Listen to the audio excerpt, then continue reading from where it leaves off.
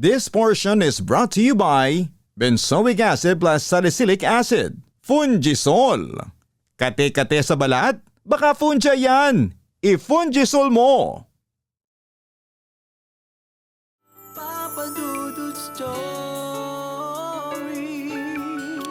Dear Papa Dudut, huwag kalimutan na mag-like, mag-share at mag-subscribe.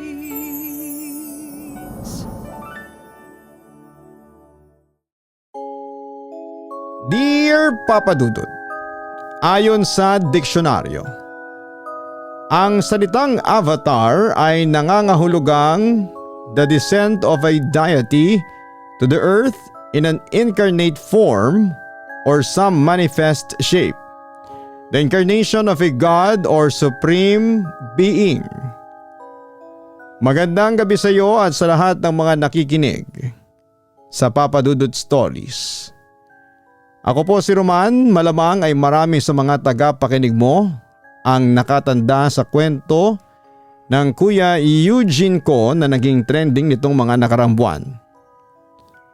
Sana bago mo basahin ito ay ihanda mo ang sarili mo. Hindi ito isang normal na sulat ng pag-ibig o pampamilyang drama. Ang hawak mo ngayon ay ang huling patunay na may malaking panganib na nagbabanta sa buong mundo. At kasama ako sa mga naging mitya nito. Sumulat po ako sa inyo mula sa isang lugar na hindi ko akalaing mararating ko. Nandito ako ngayon sa France mag-isa sa gitna ng karangyaan na ang amoy ay kamatayan. Papadudot makinig kayo ng mabuti sa ikukwento ko. Ito ang karugtong ng bangungot na sinimulan ng Kuya Eugene ko. Matapos may ere ang sulat ng Kuya Eugene ko sa programa mo ay hindi namin inakala ni Angeli na magva-viral at magtitrending ito ng ganon katindi. Pero imbis na matuwa kami ay doon nagsimula ang impyerno. Nagbago ng tuluyan ang Kuya Eugene, araw-araw gabi-gabi ay nagkukulong lamang siya sa kwarto niya. Rinig na rinig namin ang hagulhol niya, ang kalampag ng mga gamit at ang mga bulong sa wikang hindi namin maintindihan. Takot na takot siya na para bang may nakatayo palagi sa likuran niya. Hanggang sa isang gabi muli siyang sinaniban. Hindi lang basta pagsanib ang nangyari, Papadudot. Nagwala siya ng may kakaibang lakas. Binaluktot niya ang katawan niya pabaliktad at gumapang sa dingding habang ang mga mata niya ay purong itim.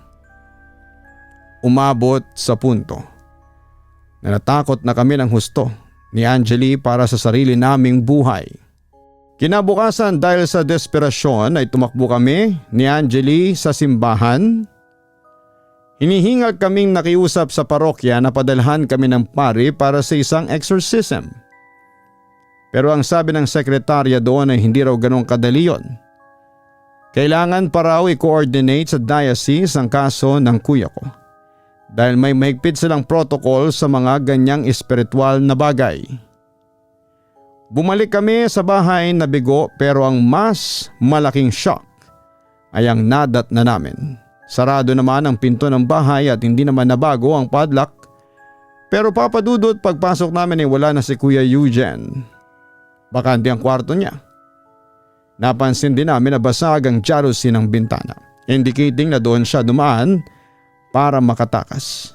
Napansin din namin ni Angeli na naiwan niyang nakabukas ang laptop sa ibabaw ng lamesa at ang amoy ng sunog na karne.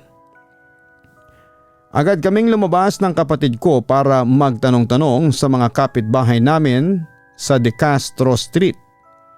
Isa sa napagtanungan namin ay si Aling Meryl na tindera sa tapat ng bahay namin. Nakita nga daw niyang lumabas si Kuya Eugene na parang lasing at suray-suray. Samantalang nagkataon din na naroon ang mga sunog baga sa tindahan ni Aling Meryl at pinatotohanan ang sinabi ng tindera. Nakita din daw nila nang makalagpas ng De Castro si Kuya Eugene. Isang itim na van ang huminto sa tapat niya at pagkabukas daw ng pintuan ay 5 armadong lalaki daw ang nakabonet ang dumampot sa kapatid ko. Dahil sa narinig ay lalo kaming natakot ni Angeli para sa kaligtasan ng kapatid namin. Kaya mabilis kaming pumunta sa barangay hall at sa pulis para magsumbong at ipahanap ang kapatid namin. At ayun nga Papa Dudut, 1 linggo ang lumipas, 1 linggong walang tulog. Walang kain.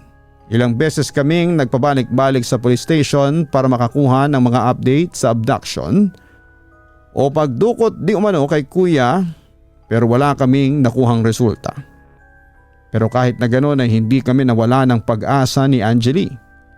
Sabi ko ay buhay ang kuya ko at maililigtas siya ng mga pulis sa mga dumukot sa kanya. Pero niyanig ang natitira kong lakas ng isang panaginip. Sa panaginip ko, nasa loob ako ng isang abandonadong bodega na amoy kalawang at formalin. Sa gitna ng sahig ay may isang lamesa na gawa sa bakal. Lumapit ako at noon ko nakita ang Kuya Eugene. Patay na siya, Papa Dudut, putol-putol ang katawan niya, hiwalay ang mga kamay, ang mga paa at ang ulo niya ay nakapihit sa kakaibang anggulo habang dilat na dilat ang mga mata. Sa tabi ng chop-chop na bangkay niya, may nakatagong isang napakatangkad na itim na figura na nagtatago sa kadiliman. Wala siyang muka. Pero ramdam ko ang titig niya na tumatago sa kaluluwa ko. Nagsalita ang figura at ang boses niya ay parang ugong ng libu-libong bubuyog sa loob ng utak ko. Patay na ang kapatid mo, huwag mo nang hanapin pa. Nagising akong sumisigaw, basang-basa ng pawis. Agad kong ikinuwento kay Angeli ang napanaginipan ko. Umiyak siya pero pareho naming pinilit ang sarili namin na huwag maniwala. Sabi ko ipanakot lamang yan ng demonyo. Nagpatuloy kami sa paghahanap, naglakas loob na rin kaming magsumbong at humingi ng saklolo sa mga presinto ng pulisya sa mga kalapit na barangay. Nagdikit-dikit kami ng mga missing poster, nagmakaawa sa mga otoridad.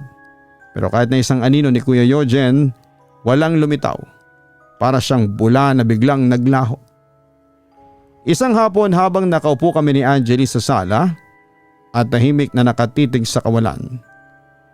Biglang niyanig ang buong bahay namin, ang pinto sa harapan ay literal na nawasak matapos itong sipain ng malalaking lalaki. Grupo sila ng mga armadong kalalakihan na nakasuot ng pangmilitar na tactical gear at may hawak na mga assault rifle. Sumigaw sila na huwag kaming gagalaw habang nakatutok ang mga baril sa mga mukha namin. Takot na takot kami ni Angeli. Napaluhod na lamang kami sa sahig habang nakataas ang aming mga kamay. Umiiyak at nagmamakaawa para sa buhay namin. Sa gitna ng kaguluhang yon, daang-dahang pumasok ang isang lalaki. Ibang-iba ang aura niya sa mga armadong kasama niya.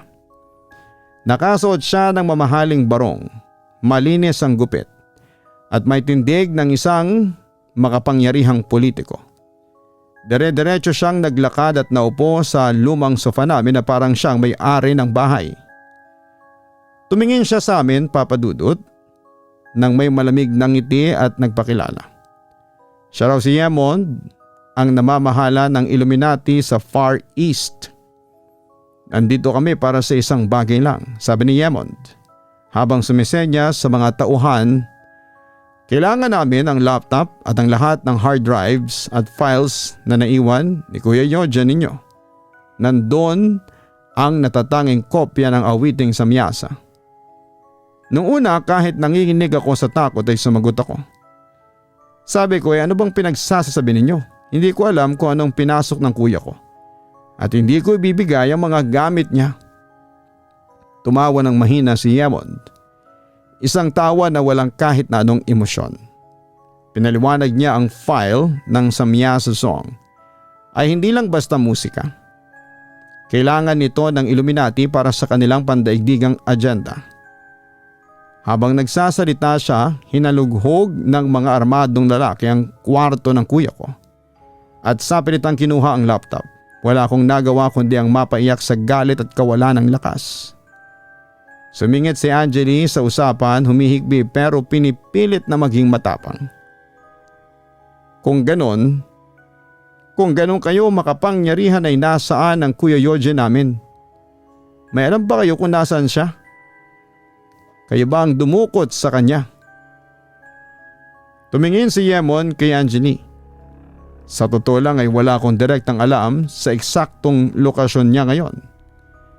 Pero malakas ang kutob ko na kinidnap siya ng isang hiwalay at karibal na faction sa loob mismo ng Illuminati. Isang faction na pinamumunuan ng isang lalaking nagngangalang Hubert Gromadski. Pinaliwanag ni Yemon na gustong-gusto ng grupo ni Hubert Gromadski na mapa sa kamay ang mga files ng Samyasa para makuha ang buong kredito at kapangyarihan mula sa demonyong nag-utos nito. Kaya naman nagpasya si Yemon na unahan ang kanyang karibal sa pagkuha ng laptop namin. Matapos makuha ang file at biglang tumayo si Yemon, itinuro ako ng kanyang daliri. Isama niyo ang isang yan, utos niya sa mga armadong lalaki. Sa pilitan nila akong hinawakan sa braso at binuhat patayo. Nagpupumiglas ako at sumisigaw habang si Angeline naman ay sumusubok na humarang. Pero tinulak siya ng isa sa mga armadong lalaki. Bago kami lumabas, naglapag si Yemon ng isang makapal na bundle ng pera sa lamesa sa harapan ni Angeline. Kunin mo yan, sabi ni Yemon kay Angeline nang walang lingon-lingon. Bumalik ka kaagad sa probinsya ninyo ngayon din. Delikado na para sa inyo ang manatili pa rito sa bahay ninyo. Kung gusto mo pang mabuhay ay umalis ka na. Paglabas namin ng bahay ay nagmamadali ang mga armadong lalaki na itulak ako papasok sa isang malaking itim na van na walang plaka. Umiiyak ako habang nakatingin sa labas. Iniisip kung anong mangyayari sa amin, pero bago sumakay si Yemon napansin kong bigla siyang natulala. Napatingin siya sa katapat na black gate ng isang compound sa tapat mismo ng iskinita namin. Doon sa may gate may nakatayong isang lalaki. Kapitbahay namin siya, isang tahimik na lalaki na madalas naming makitang nakatambay lamang pero walang sinumang nakakausap ng matagal. Nagkatitigan sila ni Yemon. Sa gulat ko ay nakita kong dahang-dahang yumuko si Yemon sa lalaking nakatayo sa gate bilang tanda ng malalim na paggalang. Ang isang makapangyarihang pinuno ng Illuminati yumuko sa isang ordinaryong kapitbahay sa Caloocan. Matapos ang saglit na titigan ay pumasok na si Yemon sa van at mabilis kaming humarurot papaalis. Kilala mo ba ang lalaking yon? Tanong sa akin ni Yemon referring dun sa kapitbahay naming lalaki. Oo, pero di namin siya close. Bira lang siyang lumabas sa bahay niya, sagot ko. Siya ang avatar ni Glycia Labolas. Seryosong wika ni Yemon sa akin. Avatar? Nagtataka kong wika. Ang nasa isip ko kasi noon kapag sinabing avatar ay yung alien na blue sa movie ni James Cameron. O pwede ring Avatar The Last Airbender. Pero pinaliwanag sa akin ni Yemon ang ibang kahulugan ng avatar. At yung lalaking kapitbahay namin ay may sa demonyo dahil nasa katawan niya ang demonyong si Glycia Labolas. Natakot naman ako sa narinig ko.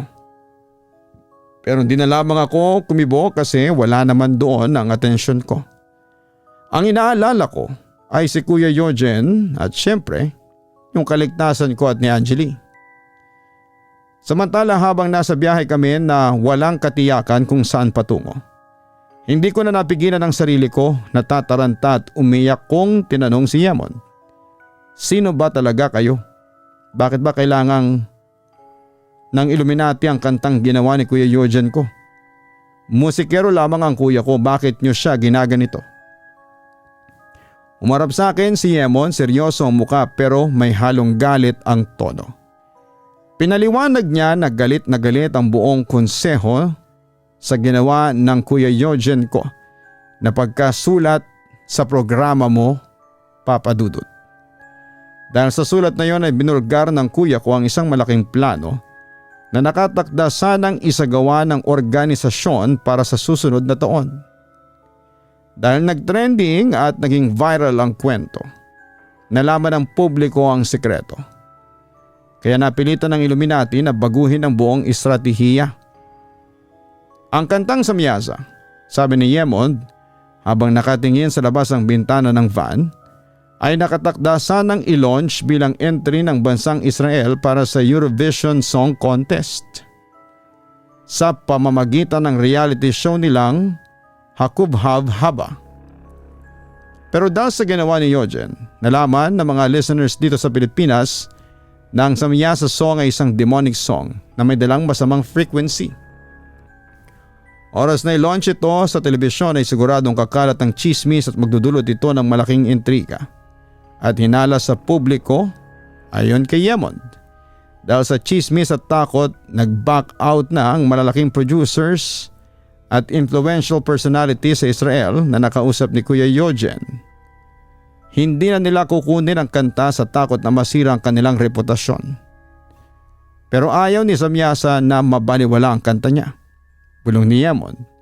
At sa pagkakataong ito ay may bakas ng takot sa sarili niyang boses. Pinaliwanag niya na mismo ang demonyong si Samyasa ang nagbigay ng mensahe sa kanya sa pamamagitan ng isang panaginip. Inutusan siya ng demonyo na kunin ang lahat ng files ng kanta mula sa bahay namin. May bago silang plano. Ilo-launch pa rin ang kanta ng Illuminati pero kakantahin na ito ng mga dambuhalang international artist para mas mabilis kumalat sa buong mundo. 3 raw ang pinagpipilian ni Samyasa na maging boses ng sumpa. Isang alias Stephanie, si Benito at isang miyembro ng isang sikat na Korean boy group na kilala sa alias na Jeong. Pero sinabi ni Yemond na hindi pa rin sarado ang posibilidad na may iba pang sikat na artist na kumanta nito depende sa sitwasyon. At dahil sa nangyaring pagtagas ng impormasyon, hindi na ang Kuya Eugene ko ang kikilalaning composer ng kanta. Ipapasa ni Yemond ng credits at ang pag-aayos ng kanta sa alias Nadir. Si alias Nadir ay isang sikat na pandaigdigang composer na marami ng pinasikat na kanta na inawit ng mga malalaking world artist. At siya ang gagamitin ng Illuminati para palabasing normal na pop song ang Samyasa. Hindi naman kami papayag niyan, buong pagtutol ko. Kapatid ko ang naghirap sa kantang yan, dapat sa kanya mapunta ang kredito. Pero nawawala ang kapatid mo. Hindi natin alam kung anong ginawa sa kanya ni Hubert. Kung buhay pa siya o talagang patay na. Wala ka nang magagawa, Roman. Besides, hindi lang naman siya ang nawalaan ng credit. Wika ni Yemond sa akin. Naging composer din ako ang sumulat ng Greek song na Yagapi Denamoni, pero binigay ko sa iba ang kredito sa kaibigan kong si Nikos Moraitis. Dagdag pa niya. Sa kabilang banda ayon kay Yemond, dahil nga nagtrending ang sulat ng kuya ko, binabago na rin nila ang titulo ng kanta. Hindi sinabi sa akin ni Yemond ang eksaktong bagong pamagat. Pero binanggit niya na siguradong may salitang star at light o anumang salita patungkol sa liwanag ang makikita sa title para itago ang kadiliman sa likod nito. Habang patuloy ang takbo ng van papunta sa kung saan ay tinanong ko si Yemond kung bakit pa kailangang kidnapin ng karibal niyang faksyon ang Kuya Eugene ko kung nakuha naman na pala nila ang gusto nila.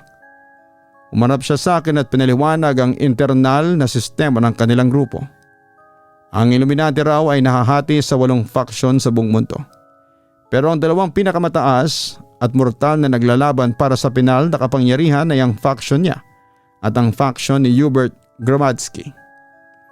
Masyadong na displeased at nagalit si Hubert Gramadsky sa ginawa ni Eugene, sabi ni Yemond habang umiiling.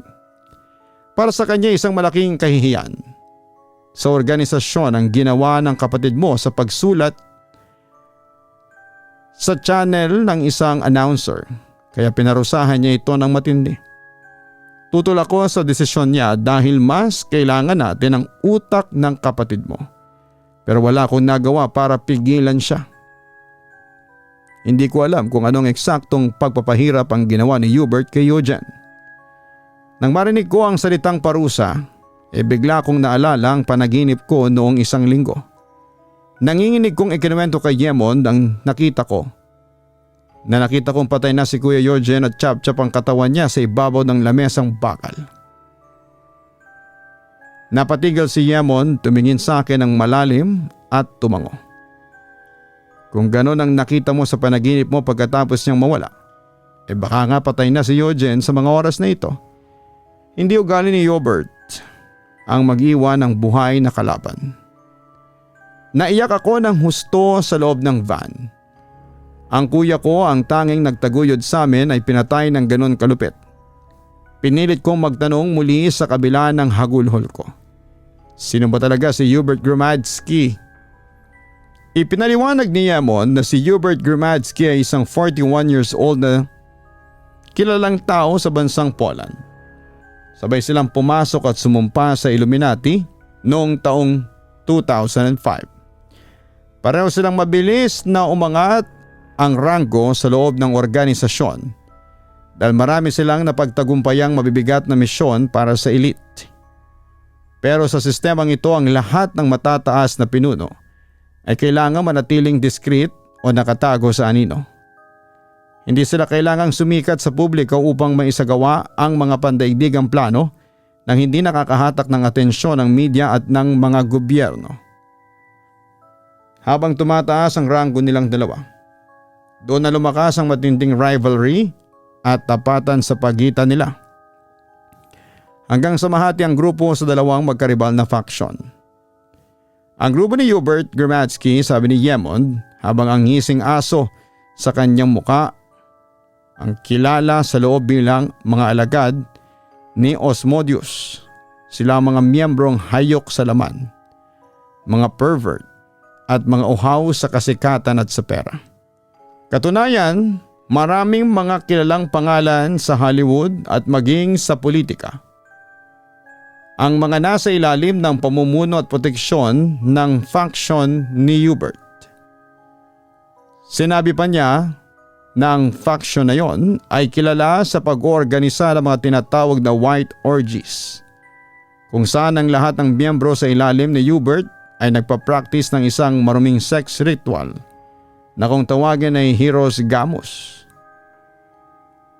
At ang mas nakakakilabot pa, ay may mga kaso raw kung saan involved ang mga minor de edad at mga maliliit na bata sa mga maruruming ritual na ito para sa kanilang alay sa demonyo. Samantala, pagpapatuloy ni Yemon habang tinuturo ang sarili niya. Ang grupo naman na pinamumunuan ko ay binubuo ng mga mercenaries, assassin at mga elite soldiers. Sa faction ko ay mahigpit naming pinapractice ang abstinence o ang pagbabawal sa anumang uri ng pakikipag-siping. Bawal ang sex sa mga tauhan ko. Dahil matagal na deprivation o pagkakait ng sex sa isang miyembro ay nagdudulot ng matinding violent thoughts at aggression na siyang kailangan ko sa aking mga sundalo para sa mga madudugong misyon. Dagdag pa ni Yemon, dahil sa kanya kaya dumami ang mga miyembro ng Illuminati sa Pilipinas.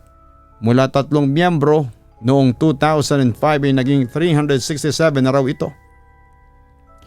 Karamihan sa mga recruit niya ay mga sikat na artista, politiko, ilang matataas na general at 2 sikat na journalist. Pero meron din siyang na-recruit na mga ordinaryong tao na karamihan ay mga miyembro ng sindikato o di kaya ay mga hired killers. Samantala, pagkatapos niyang sabihin ang mga yon ay napatitig ako kay Yemon. Nakaramdam ng matinding kilabot sa 2 landas ng kasamaan na inilalarawan niya. Tinanong ko siya ng diretso, sino ang mas masama sa inyo ni Hubert Gramadsky? Tumingin sa akin si Yemon. Ang mga mata niya ay walang kahit na anong kislap ng kabutihan. Ngumisi siya ng malapad at sumagot ng walang pag-aalinlangan. Ako.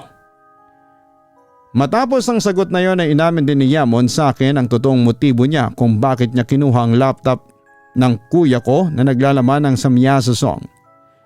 Hindi lamang ito para sa utos ng demonyo, kundi para masolo niya ang buong katanyagan at kapangyarihan sa loob ng organisasyon. Ang tagumpay ng kantang ito ang magsiselyo sa kanyang kapalaran upang siya ang tanghaling susunod na Caesar, ang titulong ibinibigay sa Grand Master o ang pinakapinuno ng buong Illuminati na hango sa mga titig at kapangyarihan ng mga sinaunang Roman Emperors. At huwag mong isipin na isinasama kita dito para lang maging saksi, sabi ni Yemond habang nakatitig sa akin. May pakay ako sa iyo, Roman. Yan ang utos sa akin ni Samyasa sa aking panaginip. Nanlamig ang buong katawan ko. Anong pakay? Dahil wala nang Kuya Eugen mo, ikaw na ang hahalili at itatalaga bilang bagong avatar ni Samyasa. Malamig niyang sabi. Mula ngayon kapag may mensahe uutos ang demonyong si Samyasa para sa sangkatauhan at sa organisasyon. Sa iyo niya ito ipapasabi. Ikaw ang magiging bagong tulay. Nang marinig ko ang mga salitang yon ay agad kong ginawa ang pagtutol. Sumigaw ako sa loob ng van, ayoko, hindi ko gagawin yan. Mas pipiliin kong mamatay kaysa maging kasangkapan ng demonyo. Ngumiti lamang ulit si Yemon. Wala ka nang magagawa, Roman. Pinasok ka na sa kontrata ng kapatid mo at ang dugo mo ang nagpapatakbo sa sumpa ngayon. Dinala ko ng mga tauhan ni Yemon sa isang safe house sa isang napakaliblib na lugar. Puno ng matataas na pader ang paligid, may mga wire na may kuryente sa itaas at napapaligiran ng mga armadong gwardya na hindi nagsasalita. Doon ako ay kinulong sa isang madilim na silid na may isang kama at isang maliit na bintana. Sa unang araw ko doon ay nakiusap ako ng umiiyak kay Yemon na gusto kong makausap si Angeli para masiguradong ligtas siya. Pinagbigyan naman niya ang kahilingan ko at binigyan ako ng isang secure na telepono. Nang marinig ko ang boses ni Angeli ay nabawasan ang bigat sa dibdib ko. Sinabi niya na ligtas siya at nasa pangangalaga ng tiyahin namin sa malalayong probinsya. Nakiusap ako sa kanya na huwag nang babalik sa Maynila at manatili na lamang doon kahit na anong mangyari. Tumagal pa ako ng 2 gabi sa safe house na yon nang walang anumang kakaibang nangyayari. Maliban sa matinding takot. Pero sa 3 gabi ay doon ko na naramdaman ang totoong kababalaghan at ang simula ng aking pagiging avatar. Habang natutulog ako, dinalaw ako ng isang matinding bangungot. Nandun na naman ang black figure na nagtatago sa dilim. Pero sa pagkakataong ito ay hindi lang siya basta nagbanta. May binigay siyang mga tiyak na detalyadong instruction sa akin, mga salitang parang ibinaon gamit ang mainit na bakal sa aking memorya. Kinaumagahan, pagkagising ko, agad kong pinatawag si Yemon dahil hindi ako mapakali sa bigat ng alam ko. Pagpasok niya sa silid ay hinarap ko siya habang nanginginig ang buong katawan ko.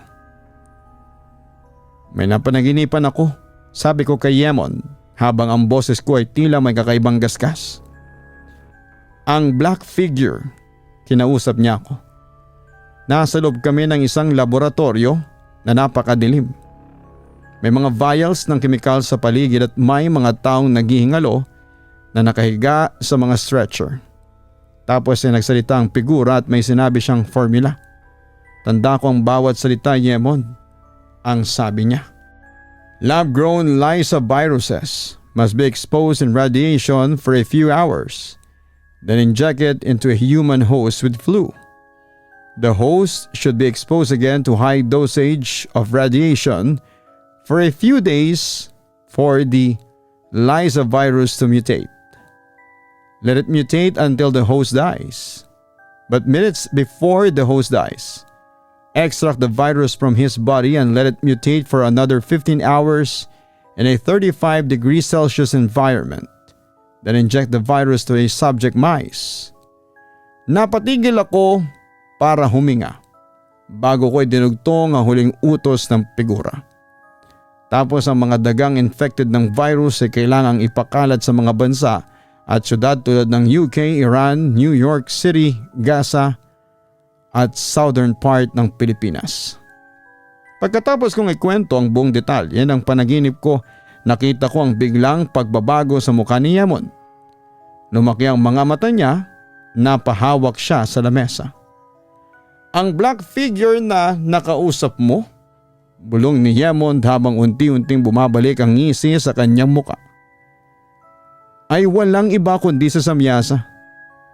Ang sinabi niya sa iyo, yan ang tamang formula ng zombie virus. Naramdaman ko ang pagbaliktad ng sikmura ko." Sinabi sa akin ni Yemon na matagal nang sinusubukan ng mga scientist ng Illuminati na gawin ang virus na ito, ngunit palagi nagkakaproblema sa mutation stage. Plano talaga ng Illuminati na magpakalat ng isang bagong malawakang pandemya na may layuning ubusin ang 97% ng kabuuang populasyon ng buong mundo. Ito raw ang tinatawag nilang paglilinis o ang pagbabawas ng tao upang mas madaling makontrol ang natitirang populasyon sa ilalim ng kanilang bagong kaayusan. Kinabahan ako ng husto habang nakikinig sa kanya. Alam kong hindi nagbibiro si Yemon dahil nakita ko sa mga mata niya ang kasabikan ng isang demonyo. Doon ako nagsimulang maiyak sa tindi ng takot at pagsisisi. Na-realize ko na dahil sa akin, dahil sa pagiging avatar ko, nakuha ng Illuminati ang huling piyesa para sa katapusan ng mundo. Parang kasalanan ko ang magaganap na apocalypse dahil ako ang nagbigay ng tamang formula ng zombie virus na magbubura sa buong sangkatauhan. Matapos ang araw na yun ay palagi nang inuusig ng matinding konsensya ang buong pagkatao ko. Gabi-gabi akong umiiyak sa sulok ng aking silid. Hindi makakain at laging nananalangin na sana ay mamatay na lamang ako kaysa maging tulay ng kamatayan. Hanggang sa isang gabi habang ako ay umiiyak sa aking higaan ay dinalaw ako ng isang kakaibang panaginip. Hindi ang black figure ang nakita ko kundi ang aking Kuya Eugen. Ang mukha niya ay maayos, walang mga sugat, pero umiiyak siya habang nakatingin sa akin. Lumapit siya at dahang-dahang inalo ang aking mga balikat. "Huwag kang mag-alala, Roman," sabi ni Kuya Eugen sa akin ng may malambot na boses. "Palagi kitang babantayan dito sa kabilang buhay. Pero pakinggan mo ako. Huwag na huwag kang magpapaninlang kay Yemon." Binalaan ako ng aking kuya na kung meron mang pinakademonyo at mapanlin lang sa buong kasaysayan ng Illuminati, nangunguna ang pangalan ni Yemon dahil sa napakaraming tao na ang nilinlang at pinatay nito para sa sarili niyang ambisyon. Sinabi rin ng kuya ko na involved ang Illuminati sa mga misteryosong pagkamatay ng ilang malalaking world celebrities at leaders sa mga nakaraang dekada. Binanggit niya ang mga pangalan ng mga sikat na mga tao sa Hollywood, mga singers, mga artista at maging ang political commentator na kilala din. Dagdag pa ni Kuya Eugen, simula 2011 ay involved na raw mismo si Yemon sa biglaang kamatayan ng ilang mga international celebrities. Samantala kung matatandaan ninyo, karamihan sa mga celebrities na yon ay matay sa aksidente o suicide. Pero matapos sabihin sa akin ni Kuya Eugen na involved ang Illuminati sa kanilang kamatayan ay kinalabutan ako. Ibig sabihin ay kaya nilang magmanipula ng investigasyon o balita mapagtakpan lamang ang krimen ng kanilang ginawa. At hindi sila titigil, Roman, dugtong ni Kuya Eugen, habang papalabo ang kanyang anyo sa panaginip. Sa kasalukuyan nanganganib ang buhay ng mga world leaders mula sa mga bansang Spanya, Denmark, France, Palestine, Iran, Ireland, Qatar, Iceland, Slovenia at marami pa.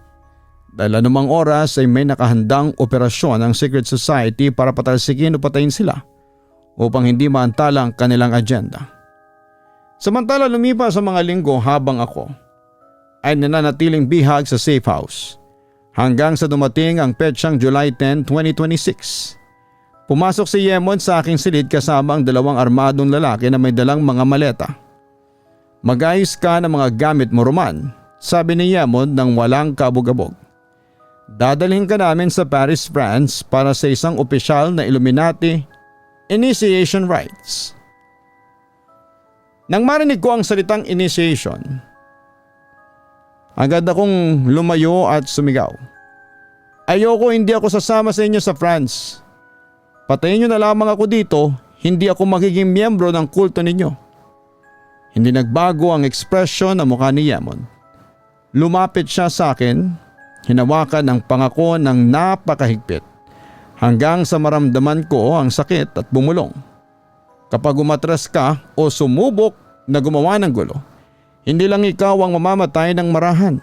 Sisiguraduhin kong hahanapin ng mga tauhan ko si Angeli at ang lahat ng natitira mong kamag-anak sa probinsya. Tatapusin namin sila sa harapan mo, kaya sumunod ka kung gusto mo silang mabuhay pa. Wala akong nagawa kundi ang umiyak at tumango. Sumakay ako sa isang pribadong eroplano at makalipas ang mahabang biyahe ay nakarating kami dito sa France. Dinala ako sa isang lumang mansyon sa labas ng lungsod. Isang lugar na napapaligiran ng mga kagubatan at may malalim na silid sa ilalim ng lupa. Isang gabi habang pinapanood ko ang ulan mula sa bintana ng aking marangyang silid dito sa France, pumasok si Yemon dala ang isang bote ng mamahaling alak. Mukha siyang kalmado. Na tila ba nakuha na niya ang lahat ng gusto niya. Sa gitna ng aming pag-uusap ay may isang bagay siyang inamin na nagpatindig ng balahibo ko. Alam mo ba, Roman? Sabi niya habang sumasalok ng alak. Sumulat din ako kay Papa Dudut 2 years ago. Napatitig ako sa kanya. Sumulat ka? Oo, sagot niya nang may maikling tawa. Kinuwento ko sa pamamagitan ng sulat na yon kung paano ko nagsimula at naging opisyal na miyembro ng Illuminati noon. Ang pamagat ng istoryang yon ay Secret Society. Nagdagpa ni Yemon habang nakatingin sa kawalan. Sinabi niya na maski siya ay hindi naman talaga voluntaryong pumasok sa grupong ito noong una. Pinilit at tinakot lang din siya ng mga matataas na pinuno noon na maging miyembro ng Illuminati dahil sa kanyang mga kakayahan. Gaya ko, wala rin siyang nagawa kundi ang sumunod upang iligtas ang sarili niyang balat hanggang sa tuluyan na siyang lamunin ng sistema at maging mas masama pa sa mga nagpasok sa kanya. Dito ko na po tatapusin ang sulat ko. Sumusulat ako sa inyo ngayon habang narito pa rin sa loob ng mansyon sa France, binabantayan ng bawat sulok ng mga mata ng Illuminati. Natatakot ako ng husto, lalo na nang mapakinggan ko ang kwento ni Yemon sa istoryang Secret Society na napakinggan ko dito. Nalaman ko kung gaano kadugo, kadilim at kawalang awa ang mga ritual na pinagdaraanan ng mga sumasali sa kanya. Hindi ko alam ang gagawin ko, araw-araw akong nakatitig sa kalendaryo, nanginginig sa bawat paglipas ng oras. Dahil sa darating na August 8, 2026, ilang araw na lamang mula ngayon, nakatakda ng aking initiation rites. Doon nila tuluyang isasara ang kontrata ko kay Samyasa at doon ako tuluyang mawawala ng sariling kaluluwa upang maging ganap na instrumento nila. Natatakot ako sa kung anong ritual ang gagawin nila sa akin sa August 8. Natatakot ako na baka hindi ko kayanin at tuluyan na akong maging katulad ni Yemon. Pero papadudot sa kabila ng lahat ng itim na usok na nakapaligid sa akin. Sa kabila ng banta ng buhay ni Angeli, may isang bagay na hindi nila maalis sa akin. Hindi pa rin ako nawawala ng pag-asa na ililigtas ako ng Diyos. Bago sumapit ang August 8, 2026, araw-araw akong nagdarasal ng palihim sa loob ng aking kwarto. Humihingi ako ng tawad sa formula na naibigay ko at nagmamakawa na sana ay may gumawa ng paraan para matigil ang pandemyang binabalak nila. Sa kabilang banda, Kahit na sinasabi nilang patay na si Kuya Eugene, iba pa rin ang nararamdaman ko. Oo, ramdam kong buhay pa ang kapatid ko.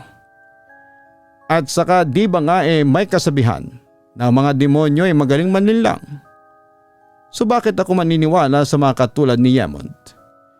Kuya Eugene, kung nasaan ka man ngayon, magpakatatag ka. Huwag tayong mawala ng pananampalataya sa Diyos. Alam kong kahit na anong tangkang maghasik ng kadiliman ng demonyo, ay palagi pa ring magwawagi ang liwanag. Sana ang sulat kong ito ay magsilbing babala sa lahat ng nakikinig. Huwag kayong magpapadala sa dalang daluyong ng kantang may temang liwanag o bituin. Nasisikat sa buong mundo sa susunod na taon. Sumpayon at sa iyo papadudot mangako ka. Huwag mo nga hayaang mabaon sa limot ang kwento ng pamilya namin. Dito na nagtatapos ang sulat ko patawad sa lahat at naway gabayan tayong lahat ng Panginoong Diyos. Lubos na gumagalang, Roman. Para kay Roman, ang pinakamahalagang hakbang sa ngayon ay ang humanap ng paraan upang makipag-ugnayan sa mga lokal na otoridad, mga embahada sa France na labas sa impluwensya ng grupo. Habang pinapanatili ang kanyang kalmado at alertong pag-iisip upang hindi magduda ang mga nakapaligid sa kanya. Ang buong karanasan ng kanilang pamilya ay nag-iiwan ng malalim na paalala ng labis na ambisyon at desperasyon ay madalas na nagiging pain ng kadiliman upang bitagin ang tao sa mga desisyon na may pangmatagalang pinsala. Ipinapakita nito na kahit sa pinakamatinding gipit, ang pagpili sa tama at ang pag-iingat sa sariling konsensya ang natitirang sandato upang hindi tuluyang mawala ang ating pagkatao sa kabila ng mga banta at takot sa paligid. Huwag din nating kakalimutan na sa lahat ng mga pagsubok na ito ay tanging Panginoong Hesukristo lamang, panalangin sa Kanya, ang magliligtas sa atin.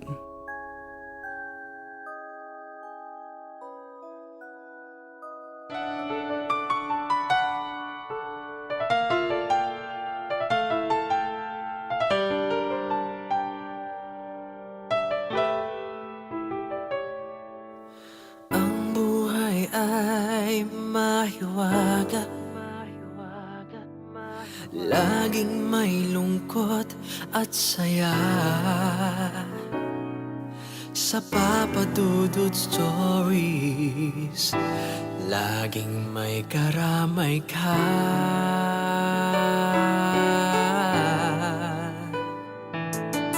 Mga problemang kay bigat, dito ay pakikinggan ka. Sa Papa Dudut Stories, kami ay iyong kasama. Dito sa Papa Dudut Stories, ikaw ay hindi nag-iisa.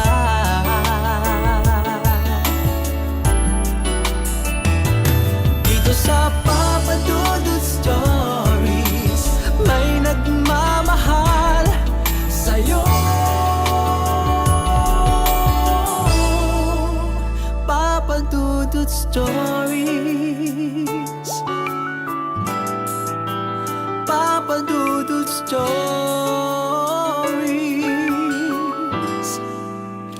Papa Dudut Stories.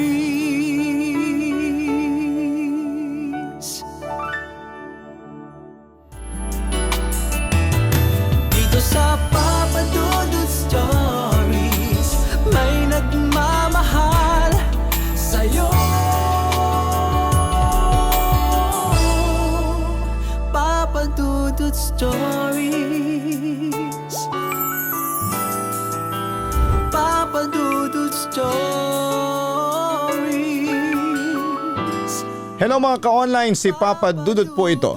Nagustuhan niyo ba ang kwento natin ngayong araw? Pwede kayong mag-post ng inyong mga komento at huwag din kalimutan na mag-like, mag-share at mag-subscribe. Maraming salamat po.